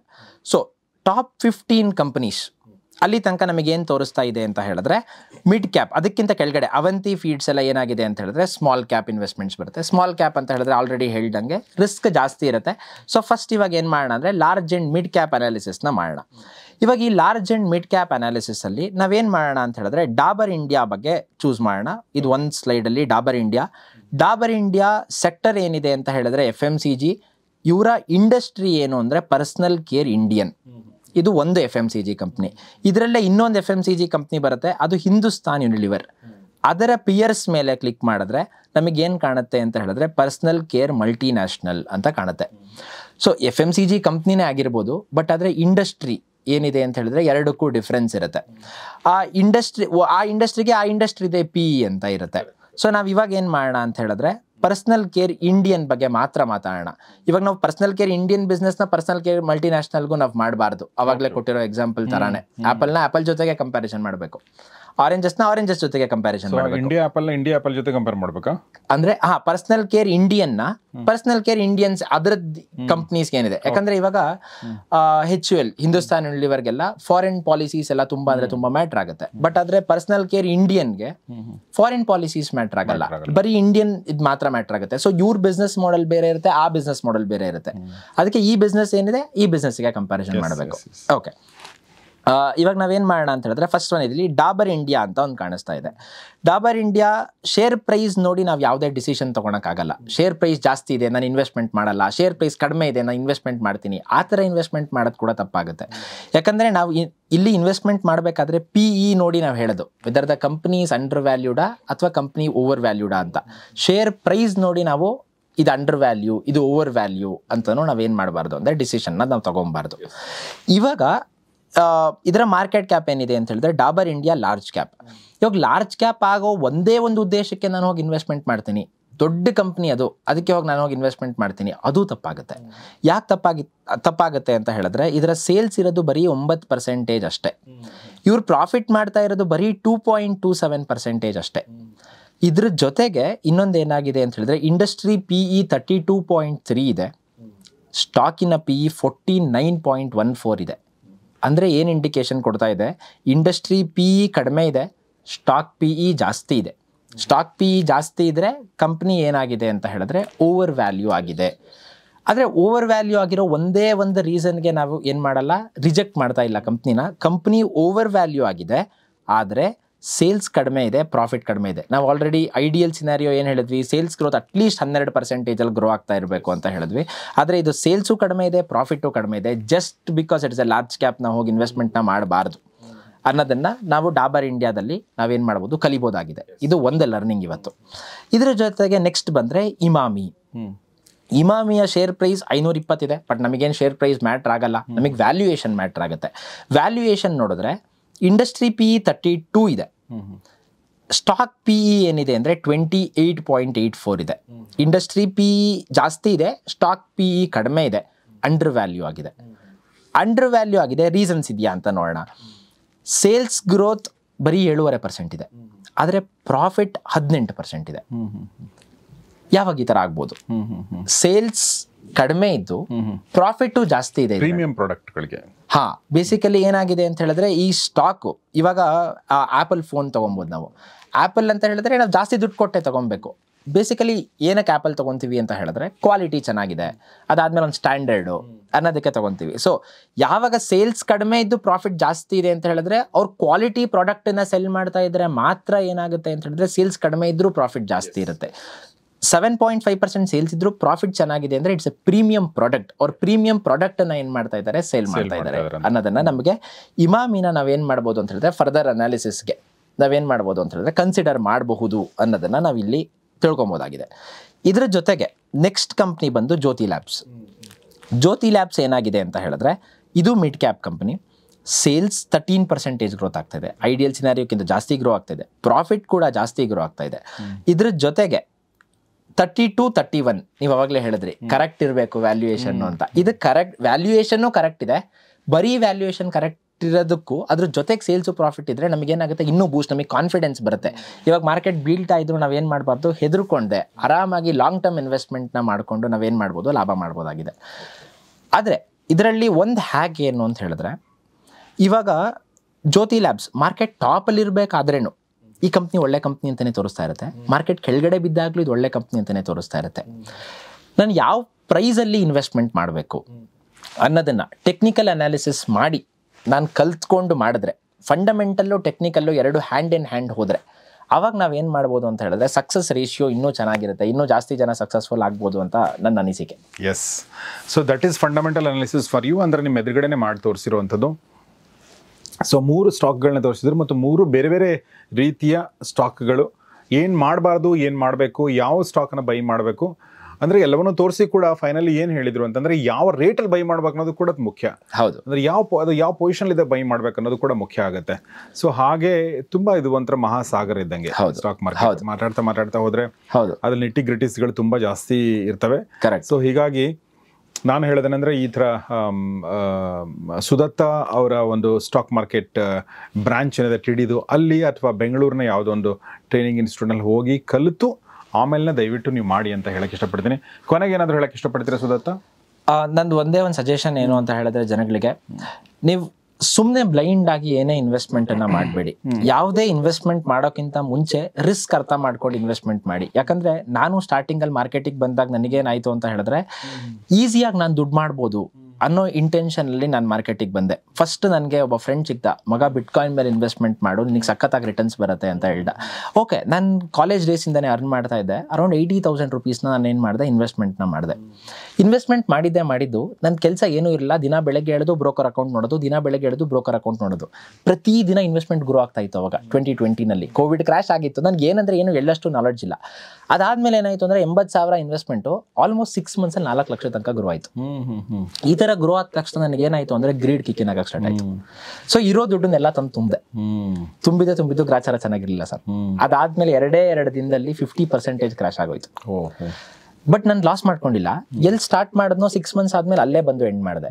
ಕಾರಣ ಏನು ಅಂದ್ರೆ ನಂದು ಅತಿ ಆಸೆ, ತುಂಬಾ ಅತಿ ಆಸೆ ಪಟ್ಬಿಟ್ಟೆ. ಸ್ಟಾರ್ಟಿಂಗ್ ಅಲ್ಲಿ ಬೇಗ ದುಡ್ಡು ಮಾಡ್ಬಿಡ್ತೀನಿ, ಯಾವ್ದು ಕಾರ್ಪೊರೇಟ್ ಕೆಲಸನೇ ಬೇಡ, ಬರೀ ಇದ್ರಲ್ಲೇ ಇನ್ನು ದಿನ 2,000 3,000 ದುಡಿತಾ ಇದ್ದೀನಿ, ಒಂದೇ ಸಲ 10,000 ದುಡ್ದು ಬಿಡ್ತೀನಿ ಅನ್ನೋ ಆಟಿಟ್ಯೂಡ್ ಅಲ್ಲಿ ನಾನು ಮಾರ್ಕೆಟ್ಗೆ ರೆಸ್ಪೆಕ್ಟ್ ಮಾಡಿದೆ. ನಾನು ಏನ್ ಮಾಡಿದೆ ಅಂತ ಹೇಳಿದ್ರೆ ಮಾರ್ಕೆಟ್ ಅನ್ನ ಅರ್ಥ ಇದನ್ನ ಮಾಡ್ಕೊಳಕ್ ಹೋದೆ. ಅದಾದ್ಮೇಲೆ ನನಗೆ ಅರ್ಥ ಆಯ್ತು, ನಾನು ಅದೇ ಫಸ್ಟ್ ಇನ್ವೆಸ್ಟ್ಮೆಂಟ್ ಮಾಡಿದಾಗ 80,000 ಇನ್ವೆಸ್ಟ್ಮೆಂಟ್ ಮಾಡಿದಾಗ 2 ದಿನಕ್ಕೆ ಏನಾದ್ರು 50% ಕ್ರಾಶ್ ಆಗಿದ್ದಿದ್ರೆ ಇದು ಯಾವ್ದೋ ದೊಡ್ಡ ಸ್ಕ್ಯಾಮು, ಇದ್ರಲ್ಲಿ ಯಾವ್ದು ರಿಟರ್ನ್ಸ್ ಬರಲ್ಲ ಅಂತ ನಾನು ಡೆಫಿನೆಟ್ಲಿ ಇಲ್ಲಂತೂ ಕೊಡ್ತಾ ಇರಲಿಲ್ಲ ಇಷ್ಟೊತ್ತಿಗೆ.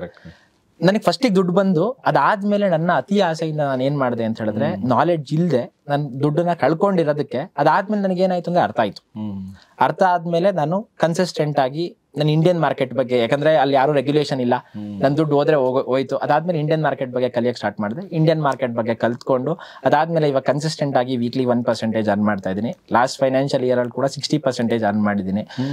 ಬಟ್ ಆದ್ರೆ ಒಂದ್ ಸಜೆಷನ್ ಏನು ಅಂತ ಹೇಳಿದ್ರೆ ಮಾರ್ಕೆಟ್ ಅಲ್ಲಿ ಯಾವತ್ತು ಈ ತರ ಸ್ಟ್ರೈಟ್ ಲೈನ್ ಗ್ರಾಫ್ ಇರಲ್ಲ. ನಾವು ಅಪ್ಸ್ ಅಂಡ್ ಡೌನ್ಸ್ ನೋಡ್ತಾ ಇರಬೇಕಾಗುತ್ತೆ. ಆ ಅಪ್ಸ್ ಅಂಡ್ ಡೌನ್ಸ್ ನಾವು ಇಷ್ಟಪಡಬೇಕಾಗತ್ತೆ. ಆ ಅಪ್ಸ್ ಅಂಡ್ ಡೌನ್ಸ್ ಇಷ್ಟಪಟ್ರೆ ಮಾತ್ರ ನಿಮಗೆ ಏನಾಗುತ್ತೆ ಅಂತ ಹೇಳಿದ್ರೆ ನೀವು ಮುಂದೆ ಹೋಗ್ಬೋದು. ಇಲ್ಲ ನಂಗೆ ಅಪ್ಸ್ ಅಂಡ್ ಡೌನ್ಸೇ ಇಷ್ಟ ಇಲ್ಲ, ನಂಗೆ ಸ್ಟ್ರೈಟ್ ಲೈನ್ ಗ್ರಾಫ್ ಬೇಕು ಅಂತ ಹೇಳಿದ್ರೆ ಅದು ಇದು ಈ ಫೀಲ್ಡ್ ಅಲ್ಲಿ ಆಗಲ್ಲ, ಯಾವ ಫೀಲ್ಡ್ ಅಲ್ಲೂ ಆಗಲ್ಲ ನನ್ನ ಪ್ರಕಾರ. ಆಮೇಲೆ ನಿಮ್ಗೆ ಸ್ಟ್ರೈಟ್ ಲೈನ್ ಇದೆ ಅಂದ್ರೆ ಅದಕ್ಕೆ ಅದ್ರಲ್ಲಿ ಜೀವ ಇಲ್ಲ ಅಂತ ಅರ್ಥ. ಕರೆಕ್ಟ್. ಹಾರ್ಟ್ದು ECG ಮಾಡಿದ್ರು ಕೂಡ ಅದೇ ತರ ನಿಮಗೆ if it straight then you are dead ಅನ್ನೋ ಥರನೇ ಕರೆಕ್ಟ್. ಅದು ಹಿಂಗೆ ಆಗ್ತಾನೆ ಇರಬೇಕು. ಆಮೇಲೆ ಪ್ರತಿಯೊಂದು ಮೇಲೆ ಹೋಗ್ತಿರ್ಬೇಕಾದ್ರೆ ಒಂದು ಸಣ್ಣ ಅಡ್ಜಸ್ಟ್ಮೆಂಟು, ಸಣ್ಣ ಕರೆಕ್ಷನ್ ಕರೆಕ್ಟ್ ಮಾರ್ಕೆಟ್ ಮಾಡ್ತಾನೆ ಇರುತ್ತೆ. ಕರೆಕ್ಟ್. ಸೊ ಅದಕ್ಕೆಲ್ಲವನ್ನು ಕೂಡ ನಾವು ಮನಸ್ಸನ್ನು ಓಪನ್ ಆಗಿ ಇಟ್ಕೋಬೇಕು. ಮೊನ್ನೆ ನಮ್ಮ ಡಾಕ್ಟರ್ ಮಾಲಿನಿ ಅವರು ಹೇಳಿದ್ರಲ್ಲ, love your difficulties, love your pain ಅಂತ ಹೇಳಿದರು. ಬಿಕಾಸ್ ಅಲ್ಲೊಂದು ಲೆಸನ್ ಇದೆ ಅಂತ. ಸೊ ಅದು ಇಲ್ಲೂ ಕೂಡ ಅಪ್ಲೈ ಆಗುತ್ತೆ. ಸೊ ಎಷ್ಟು ಹೇಳ್ತಾ TD ಅಕಾಡೆಮಿಯ ದಾವಣಗೆರೆ ಬ್ರಾಂಚ್ನ ಮುಖ್ಯಸ್ಥರಾಗಿರುವಂಥ ಸುದತ್ತ ಅವರಿಗೆ ತುಂಬ ತುಂಬ ಥ್ಯಾಂಕ್ಸ್ ಹೇಳಕ್ಕೆ ಇಷ್ಟಪಡ್ತೀನಿ. ಥ್ಯಾಂಕ್ ಯು ವೆರಿ ಮಚ್ ನಮ್ಮ ಜೊತೆ ಇಷ್ಟೊತ್ತು ಮಾತಾಡಿದ್ರಿ ಸುದತ್ತ ಅವರೇ. ಆಲ್ ದ ಬೆಸ್ಟ್ ನಿಮ್ಮ ಬ್ರಾಂಚ್ಗೆ ಮತ್ತು ಅಲ್ಲಿ ಸುತ್ತಮುತ್ತ ಇರುವಂಥ ಎಲ್ಲ ಜನರಿಗೂ ಕೂಡ ಒಳ್ಳೆಯದಾಗಲಿ. ಸ್ಟಾಕ್ ಮಾರ್ಕೆಟ್ ಮುಂದಿನ 20 ವರ್ಷ ಭಾರತದ್ದು ಅಂತಂದರೆ ಈ ಸದ್ಯಕ್ಕಂತೂ ಒಂದು ಕ್ರ್ಯಾಶ್ ಆಗಿದೆ, ಬಟ್ ಇದು ಮುಂದಿನ 2-3 ವರ್ಷಗಳ ಕಾಲ ನಿರಂತರವಾಗಿ ಸ್ಥಿರವಾಗಿ ಮುಂದೆ ಹೋಗೋ ಸಾಧ್ಯತೆ ಇದೆ ಅಂತ ಹೇಳ್ತಾರೆ. ಸೊ ಹೀಗಾಗಿ ಕಲಿತು ಆಮೇಲೆ ನೀವು ನಿಮ್ಮ ಜರ್ನಿನ ಶುರು ಮಾಡಿ. ನೋಡ್ತಾರೆ ಗೌರಿ ಸ್ಟುಡಿಯೋ, ನೋಡ್ತಾರೆ ಮಹಾಮನಿ ಕಾರ್ಯಕ್ರಮ. ನಮಸ್ಕಾರ.